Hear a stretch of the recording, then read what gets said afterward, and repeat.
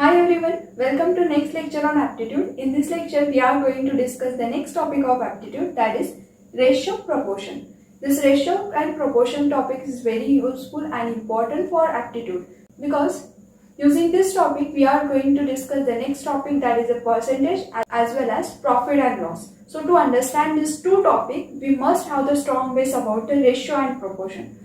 Now what is ratio and proportion? We understand with the help of an example. Here we have given the two glasses. First glass को observe करोगे तो वो glass में water कैसा है, completely full up किया है, and second में क्या है, हाफ वाटर है.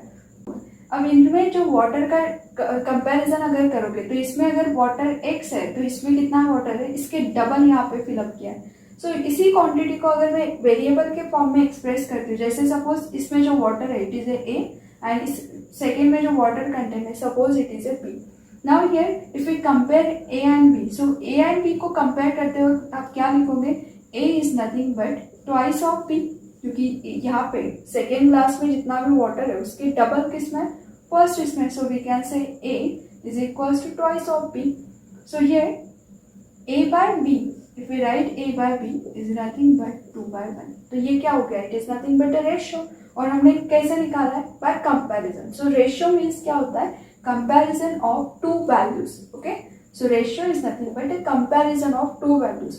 इसमें अपने ये वाटर का लिया है, डायरेक्टली इस तरह से आ गया. समटाइम्स आपके पास में क्या हो सकता है, we have given two products, suppose product A and product B, and the price of product first is 40 rupees and price of second product is 20 rupees. Now compare the prices. Suppose we compare the price of A and B, so we can say A's price is twice of B's price.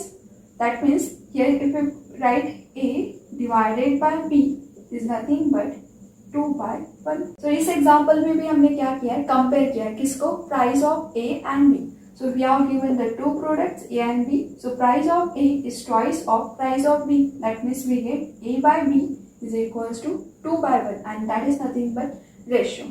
Now see here, अब यहाँ पे हमने क्या किए थे, product का comparison किया, product के प्राइस का कंपैरिजन किया था. और इस एग्जांपल में हमने क्या किया, वाटर का जो लेवल है उसका कंपैरिजन किए थे. अब इन दोनों के वैल्यूज को अगर कंपेयर करोगे तो आपको सेम टर्म मिला है, 2:1, 2:1. सो रेशियो अगर सेम है तो वी कैन से यहाँ पे ये जो टर्म है A by B is equals to capital A by B. ये कैपिटल A एंड B यहाँ पे हमने डिनोट कर रहे हैं प्राइसेस ऑफ प्रोडक्ट और ये डिनोट कर रहे हैं लेवल ऑफ वाटर. सो इन दोनों के करस्पॉन्डिंग जो रेशियोज है वो क्या हो रहा है, सिमिलर. सो यहाँ पे हमने क्या किया, टू इक्वेशन को इक्वेट कर दिया. तो ये इस टाइप का जब हम कंपैरिजन करते हैं तो that is called the proportion. So proportion is an equation that state that two ratios are equal. So when we are saying that two ratios are equal, कोई भी दो रेशियोज को अगर इक्वल बताने की कोशिश कर रहे हैं तो then we can say it is a proportion. Now here इसी एग्जाम्पल में अगर देखोगे तो आपने अगर 40 डिवाइडेड बाई 20 लिया होता तो 40 is representing the price of first product and 20 is represent the price of second product. Now here if we simplify this term तो यहाँ से 2 0 0 cancel and 2 to the 4, so we get this one. अब now see here left hand side में क्या है, 40 divided by 20 और right side में क्या है, 2 डिवाइडेड बाई 1. सो अल्टीमेटली ये 40 divided by 2 is nothing but 40:2 and here it is nothing but 2:1. So ये ratios क्या हो गए अगेन, इक्वल. सो यहाँ पे भी क्या हो गया, रेशियोज को हमने टू रेशियोज को इक्वल बताया तो again it is nothing but a proportion. Okay, see the next concept of ratio and proportion. Suppose we have given if A is to B is equals to 3:2 and A plus B is equals to 60, then find the value of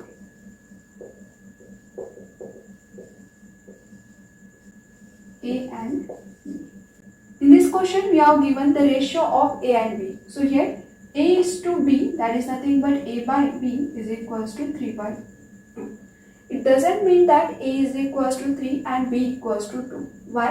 Because अभी just हमने देखा था example में 40:20 is equivalent to क्या रहता है, 2:1. ये कैसे निकाला था हमने, इन दो रेशियोज को इक्वल बता रहे हैं. इसका मतलब क्या हो रहा है, यहाँ पे जब आप इस फॉर्म में लिखते हो तो मे भी वहाँ पे सिमिलर कुछ क्वांटिटी को कैंसिल आउट किया होगा. जैसे यहाँ पे 40 और 20 में 20 कॉमन था, उसको कैंसिल आउट करके आपको ये टर्म मिल गया था. So they are equal. So when we are saying a is to b is equals to 3 is to 2, it doesn't mean that a equals to 3 and b equals to 2. मे भी हो सकता है, मे नॉट बी. सो ये हमें पता नहीं है फिलहाल कि ये है कि नहीं. सो जब हम a इक्वल्स टू लिखते हैं ना, तो always we have to take 3k and b is equals to 2k. मतलब हम क्या कर रहे हैं, a और b को जो सिमिलर क्वांटिटी है उसको अज्यूम कर रहे हैं, it is A k. So may be एक सिमिलर क्वांटिटी को कैंसिल आउट करके वी गेट दिस रेशियो. यहाँ पे k की वैल्यू 1 हो सकती है और कोई अदर नंबर हो सकता है, क्योंकि यहाँ पे अगर ये दोनों exactly a equals to 3 b equals to 2 हो गए, तो in that case k will be 1. Otherwise जो भी सिमिलर क्वांटिटी वो आपको मिल जाएगी. तो यहाँ पे हमारा मेन टास्क क्या होगा, find out the k. Once we get the k, so just k की वैल्यू यहाँ पे पुट करके we get the answer of our question. So ये next second condition is a plus b is equals to 60. Now put the value of this term. A is our 3k, b is our 2k is equals to 60. That is nothing but 5k equals to 60. So k is equals to 60 divided by 5. Now put this value of k in this equation. So we will get exact value of a and b. So a is equals to 3k, k is our 60 divided by 5.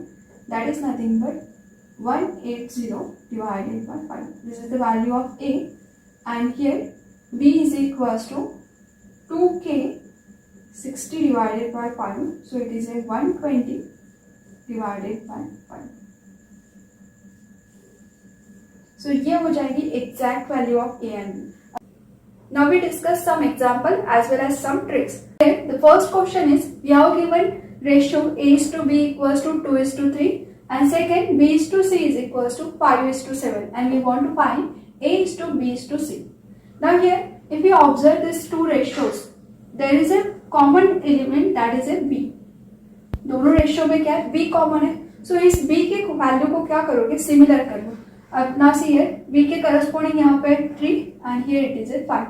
सो इस term को अगर आप किसी से multiply करते तो इससे कोई फर्क नहीं पड़ता, क्योंकि ये कैसा है, a by b is equals to 2 by 3. इनमें कुछ अगर मल्टीप्लाई और डिवाइड करोगे तो कुछ फर्क नहीं पड़ेगा. जैसे अगर किसी के एनी कांस्टेंट से मल्टीप्लाई करते हैं तो it is K get cancel. It is nothing but our original number. The same way इस क्वांटिटी को सिमिलर करने के लिए यहाँ पे 3 है और here it is a 5. So here we multiply by 5. So instead of k we multiply and divided by 5, तो it is a 10 divided by 15. Now similar way, the second is b by c is equals to 5 by 7, and this term we have to multiply and divide it by 3. So if we multiply and divide it by 3, then it is a 15 divided by 21. That means the new ratio is a is to b is equals to 10 is to 15, and from this term b is to c is equals to 15 is to 21. So therefore, a is to b is to c is equals to, now here b की value यहाँ पे similar दिख रही है, so we can write it is a 10 is to 15 is to 21.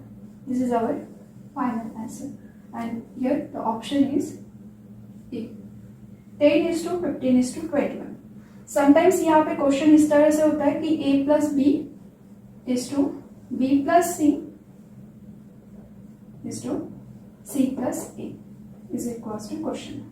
Now इस time पे क्या करोगे, जस्ट इसके जो रेशियोज है इनमें ये first term is nothing but consider करो a, second is nothing but our b, क्योंकि इनमें डायरेक्टली हम इक्वल नहीं रहते. यहाँ पे सम कांस्टेंट k रहता है उनमें सिमिलर. सो इस टर्म को अगर आप भले ही कंसिडर करते a is equals to 10k, b is equals to 15k, so इन दोनों को ऐड करोगे तो k कॉमन निकल गए, it will be 25k. Similarly remaining term को ऐड करेंगे, और जब हम रेशियो लेते हैं तो उनमें क्या हो जाएगा, डिवीजन की वजह से वो कॉमन क्वांटिटी क्या हो जाएगी, कैंसिल आउट. तो अल्टीमेटली आप अगर डायरेक्टली अगर कंसिडर करते हैं 10k, otherwise a equals to 10, so वो दोनों भी कंसेप्ट क्या होगी यहाँ पे करेक्ट, बिकॉज यहाँ पे हम डिवीजन की वजह से similar quantity will be cancel out. So here, if you find this term, then it is a plus b. A plus b nothing but 10 plus 15, 25 is to b plus c. here B plus C, addition of this term, so it is a 36. C plus A, C plus A, so it is a 31. So this is the answer of this question. Now see the next example. Here A is to B is equals to 2 by 5 is to 1 by 5 and B is to C is equals to 3 by 2 is to 2 by 7. Now इस term को अगर observe करोगे तो इस term को A by B के form में लिख के देखो तो ये दोनों में क्या होगा 1/5 गेट कैंसिल. सो किसी भी कांस्टेंट से किसी भी टर्म से आप मल्टीप्लाई कर सकते हो. तो यहाँ पे अगर मैं 5 से मल्टीप्लाई करती हूँ तो इमीडिएटली ये 5 का टर्म क्या होगा दोनों में cancel. That means A is to B is equals to 2 is to 1. Second term को अगर ऑब्जर्व करोगे तो here first term division contain 2 and here it contain 7. अब आप क्या करोगे ऐसे एक नंबर से मल्टीप्लाई करो so that this 2 and 7 will be cancel out. That means ultimately we have to multiply by LCM of 2 and 7. ऐसे एक नंबर से मल्टीप्लाई करो जो 2 और 7 से दोनों से डिविजिबल हो जाए. So here if you multiply by 14, इस टर्म को 14 से मल्टीप्लाई करोगे तो we get B is to C is equals to, so here 3 by 2 into 14, that is nothing but 21. Then 2 by 7 into 14, that is nothing but 2. Now here B is again common, so we have to make this quantity similar. So इसके लिए क्या करना पड़ेगा, just इस equation को 21 से multiply, इस term से मल्टीप्लाई कर रहे हैं. डजंट मीन कि A और B को मल्टीप्लाई कर रहे हैं, जस्ट हम क्या कर रहे हैं उस 21 से मल्टीप्लाई एंड डिवाइड. जैसे यहाँ पे हमने किए थे कि ये A is to B is 2 is to 3, तो 2 is to 3 that is nothing but 2 by 3. इसको 5 से मल्टीप्लाई एंड डिवाइड किए, so we will get new ratio that is 10 is to 15. Similarly, if we multiply by 21, so it is a 42 is to 21 and this is already contained 21 is to 4. So here B के corresponding values same होगी. So the answer of this question is here 42 is to 21 is to 4. This is the answer for this question. Now see the next example. Here we have given ratio of A is to B, B is to C, C is to D and we want to find A is to D. अब आपके पास में 4 constant, तो देखो इन दोनों को अगर check करते तो इनमें कॉमन क्या है B. अब B के वैल्यू को सिमिलर कर दोगे तो आप इस तरह से कंसेप्ट अप्लाई कर सकते हो. इसका मतलब क्या है, here A is to B is equals to 1 is to 2 and B is to C is equals to 4 is to 3. Now B के करस्पॉन्डिंग वैल्यू सेम करने के लिए just we have to multiply this term by 2. So इसे 2 से multiply करोगे तो B की value same हो जाएगी. That means we get A is to B is to C is equals to 2 is to 4 is to 3. Okay. Now अब इसमें C और ये जो टर्म है इसमें C, लास्ट टर्म यहाँ पे C है, इसका C. सो इनकी वैल्यू को सिमिलर करोगे तो we get ratio up to d. यहाँ पे लास्ट एलिमेंट क्या है C और यहाँ पे स्टार्टिंग का. सो इनकी C के करस्पॉन्डिंग वैल्यूज को सेम करना है. सो ये C is to D is equals to 1 is to 5. If we multiply this term by 3, so C के करस्पॉन्डिंग वैल्यू क्या हो जाएगी similar. That means here A is to B is to C is to D is equals to here 2 is to 4 is to 3 is to, it is a 50. Once we get this term, the remaining term you can find easily. Here the question is A is to D. So A is to D is nothing but this term, that is 2 is to 50. So answer of this question is option number C. Now we see the next method to solve the same example. See the second method how to solve this example. Here A is to B is equals to 1 is to 2, B is to C is equals to 4 is to 3 and C is to D is equals to 1 is to 1. Okay.